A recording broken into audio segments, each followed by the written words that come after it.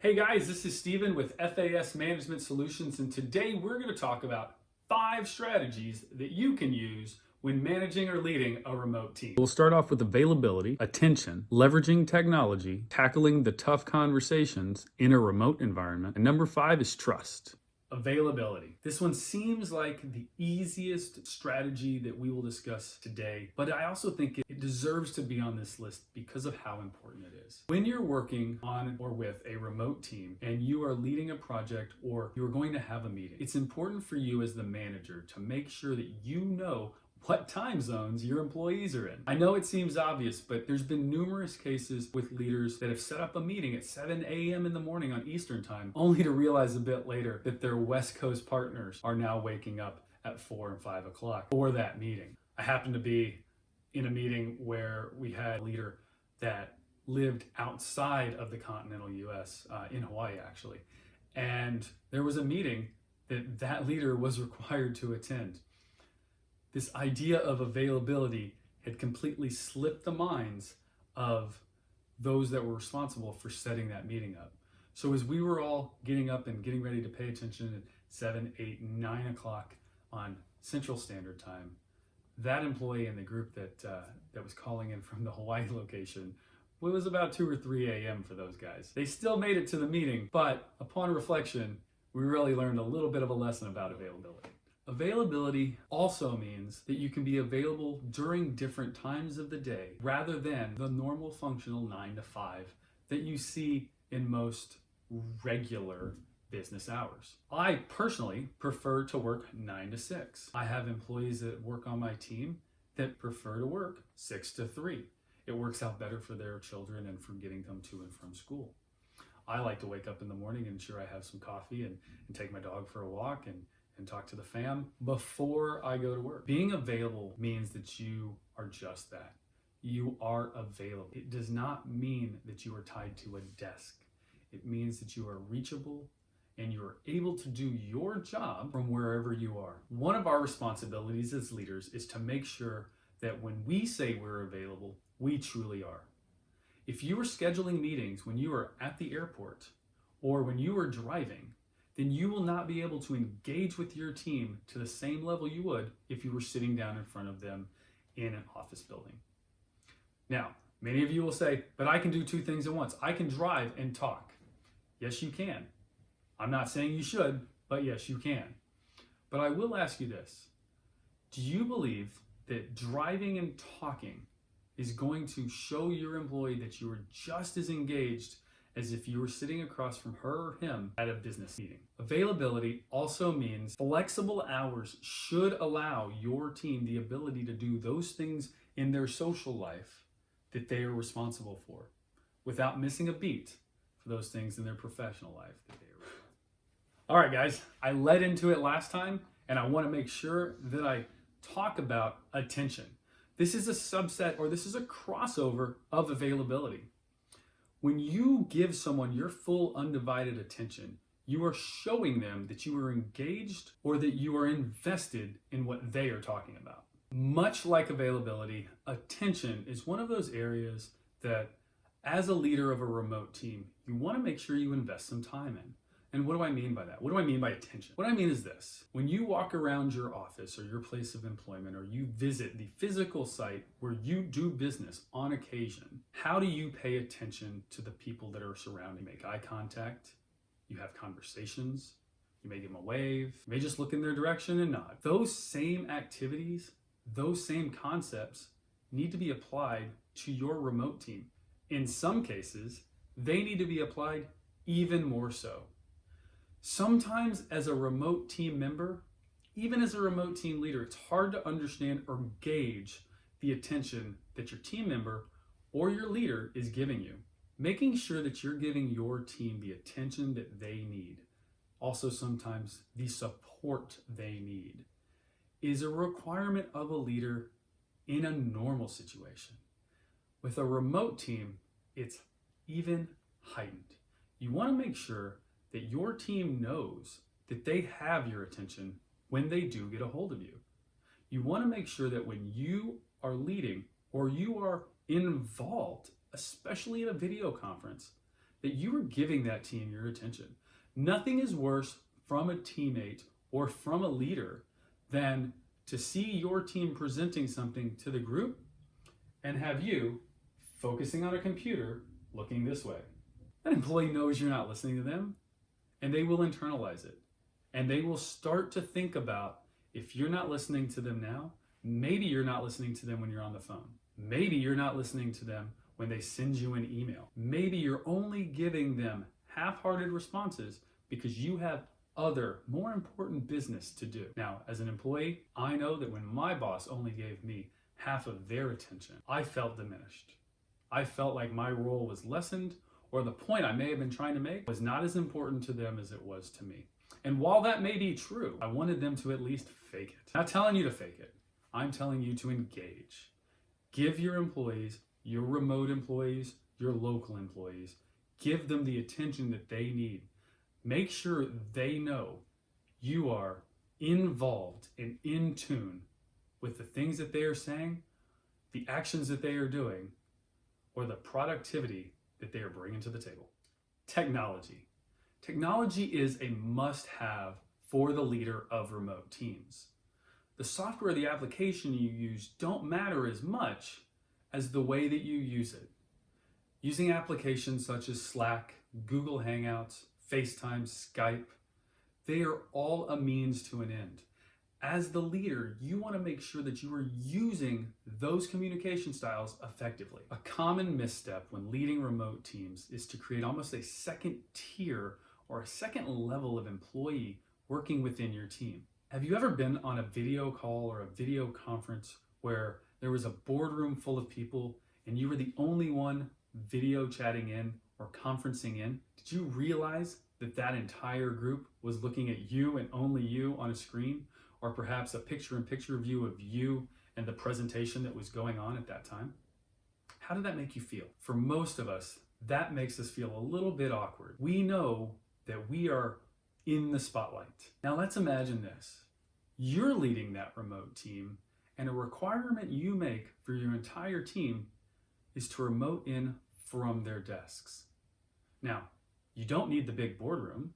The presentation can be viewed on everyone's screen, but now everyone is reduced down to that picture-in-picture view as opposed to one group with one outlier. This could, should, and probably will have an effect on the way that team communicates to each other. Often, the single individual or individuals that are conferencing in are left alone, left outside of general conversation as things start to get a little bit more heated or as the meeting really starts to take off. It's very easy to forget that that person up on the screen is not as engaged within the group when you're in the heat of conversation at your meeting or during your presentation. All right, so let's say you used that last example that I just gave and you had everyone from the team actually video conferencing in from their desks.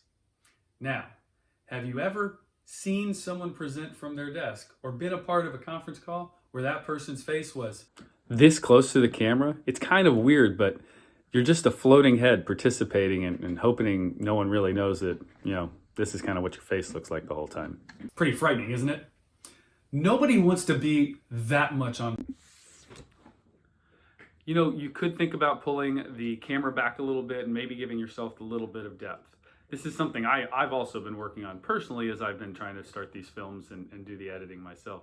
Another takeaway that I've had is one where you're looking directly into the camera as opposed to watching yourself on the screen. It looks a little bit weird and maybe not as engaging as it could be. And that brings us up to tackling the tough conversations. Now, for most leaders, this is already a difficult subject. Giving feedback to your employees or giving feedback to that team, it's tough. It's tough when you're doing it and they're right in front of you. A lot of us try to avoid that. Giving feedback to your remote team is so easily avoidable that many managers do it. Again, this idea of creating harmony through avoiding tough conversations. One thing as a leader I'd like you to work with and experiment with is to give feedback, especially in a video setting, and ask your employee something. Ask them something. As a leader, you want to make sure that you are engaging in those tough conversations, those feedback conversations. Do not let them go by the wayside, and do not wait until you are face to face. I get the idea that some of you may be looking at this and saying, well, Stephen, it's better to give that kind of information in a face-to-face setting. And while I don't disagree that that does have its merits, sitting on feedback and waiting to give feedback could also be harmful and damaging to the relationship or the growth with that employee that you're working with. With most of us, if an employee meeting goes bad, or if a general meeting goes bad, especially with an individual contributor, we will walk out of that meeting, wait an appropriate amount of time, and then go and seek out that individual and have a conversation with them later that day, or perhaps the following morning. The same is true when you're working with a remote team. You want to make sure that you do not wait until your next face-to-face meeting, because you are not providing that employee with the same level of attention or accountability that you would with an employee in your office.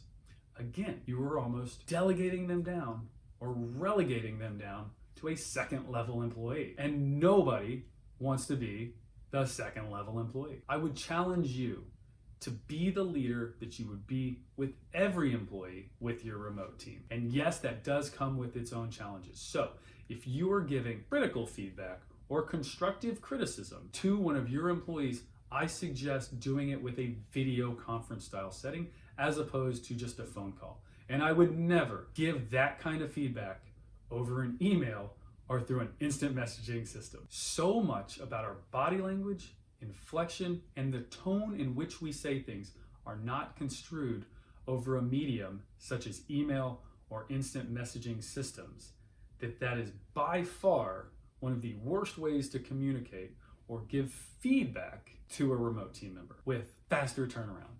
And that's what we're looking for. Remote teams should be making our lives easier, not more difficult. All right, guys, we're going to wrap up these 5 strategies with the last piece to the puzzle, and that's trust. Now, as a manager, trust is important to any team setting, but as a remote leader, it might even be more core critical. The remote setting is to allow more freedom to work or do things around their social schedule or lifestyle schedule. I want to read a quote that I have from a CEO. His name is Guillermo Roche, and he runs a computer company, and you can find out a little bit more on him online if you want. I'll put a link down below. But here's what he said. Rather than focus on what your team is doing all day, ask how they feel about accomplishing the goals you set. Start looking at how your team feels about accomplishing the goals or the ideas that you're putting in front of them. Without setting a checklist or a to-do list, ask them how they feel about getting to that end goal. I want to end with a couple more facts here. Hopefully this will allow you to internalize trust and maybe even do some of your own research on remote teams. All right, I am going to refer to some documentation because I do not just have these figures rolling around in my head. In a 2015 Stanford study, 500 people over 2 years answered a bunch of questions on remote teams. Now, half of these folks were in a remote team and half of these folks were working at a regular brick and mortar building. On average, those workers in a remote setting achieved about 1 full day or 8 hours extra worth of productivity when compared to their counterpart. I believe it should be up to you to go and look at what those are, but I think it's rather interesting. The same study showed that remote employees actually were retained longer by the company, up to 30% longer.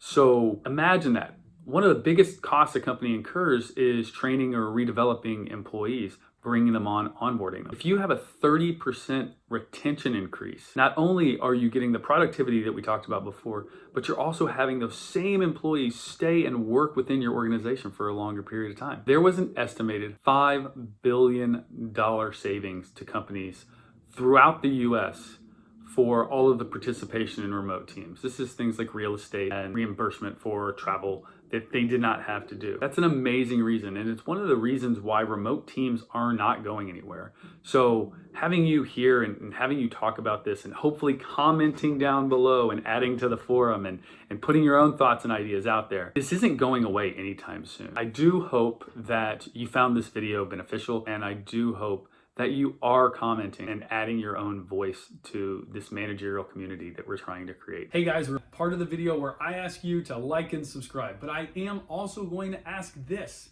Share these videos with those people in your circle that you believe may benefit from. Think about the people that you may be mentoring or leading right now. So there you have it. 5 strategies or ideas that I believe are very helpful when working with a remote team. Availability, attention, leveraging technology, tackling those tough conversations, and trust.